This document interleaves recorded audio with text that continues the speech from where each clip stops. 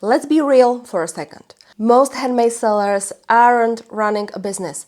They are running a very time-consuming, very emotional, very expensive hobby. You've got the glitter, the fancy thread, the "thank you for supporting my small business" stickers, the whole Pinterest dream setup. You post a photo, you get a few likes, maybe one order, and think, this is it, I'm doing it.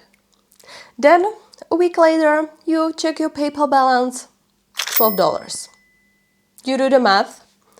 You spend $30 on materials, 4 hours of your time, plus shipping, packaging, and gas for the post office.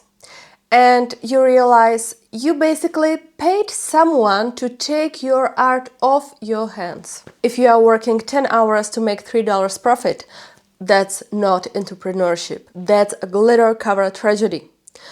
Because love for your craft is beautiful, but love alone doesn't pay the bills. It always starts the same way. You make something amazing. Your friends say, "Oh my God, you should sell these." You think, why not?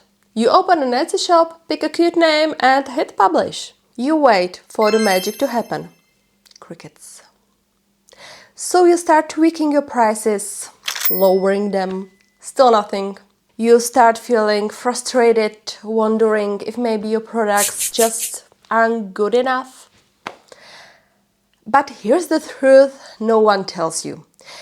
It's not your products, it's your mindset. You are still thinking like a hobbyist who just wants people to like their stuff, not like a business owner who knows how to price, market, and brand. You can't grow a business while still treating it like a side project. Let's talk about the biggest trap of all: being too nice. Handmade sellers have this thing called the guilt discount.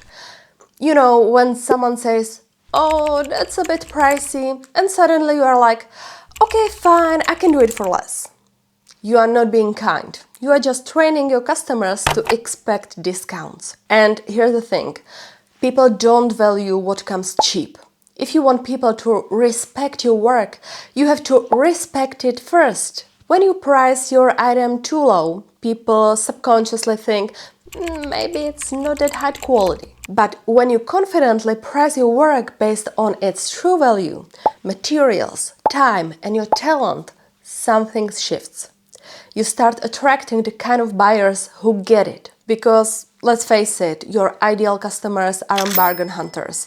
They are collectors of creativity. Here's where most crafters get stuck.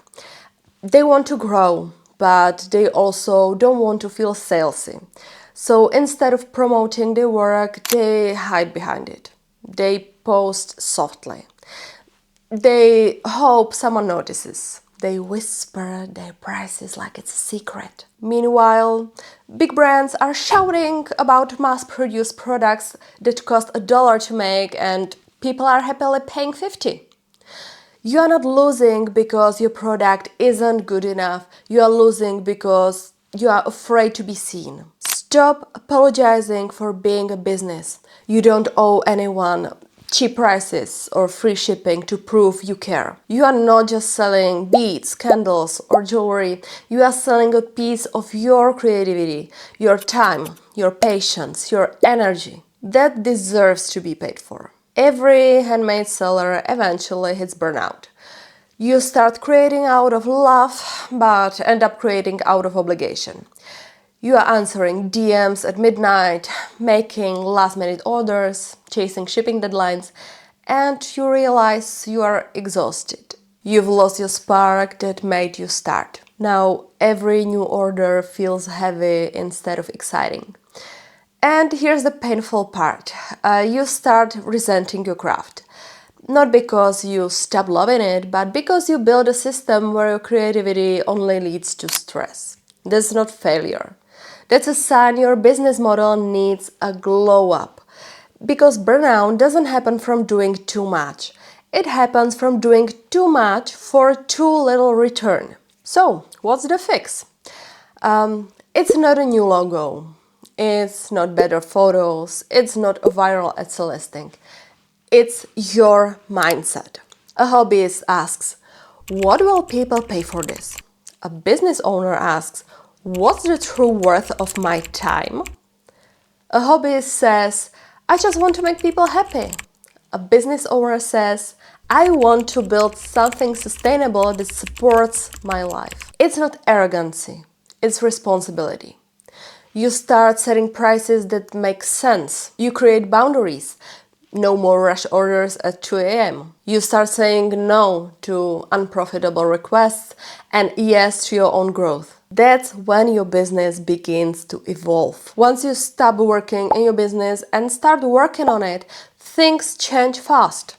You start tracking costs. You actually know your profit margin. You invest in better photos, better materials, and a website that reflects your worth. And most importantly, you stop being afraid of money. Money is an enemy. It's a reward for the value you create. You can love your craft and still want to make a living from it. It's not greed, that's growth. You don't have to become a cold-hearted entrepreneur who only cares about numbers.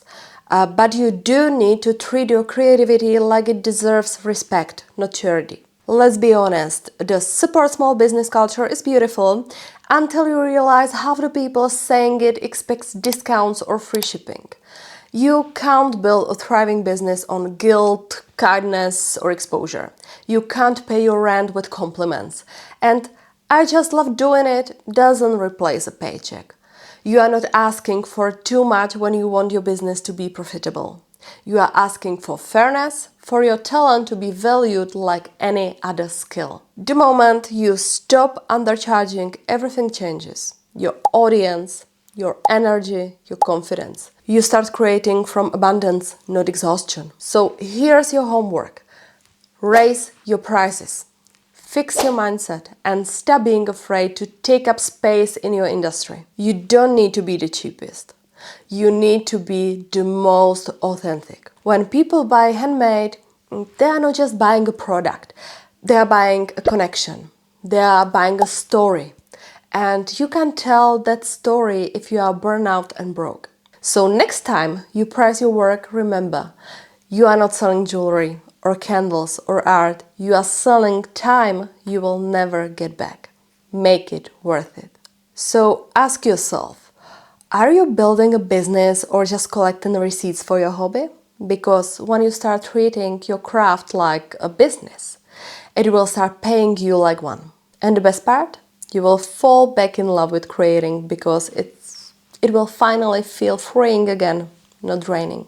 This is your sign to stop underpricing, stop apologizing, and start owning your own worth. Your handmade business won't grow until you do. So let's grow.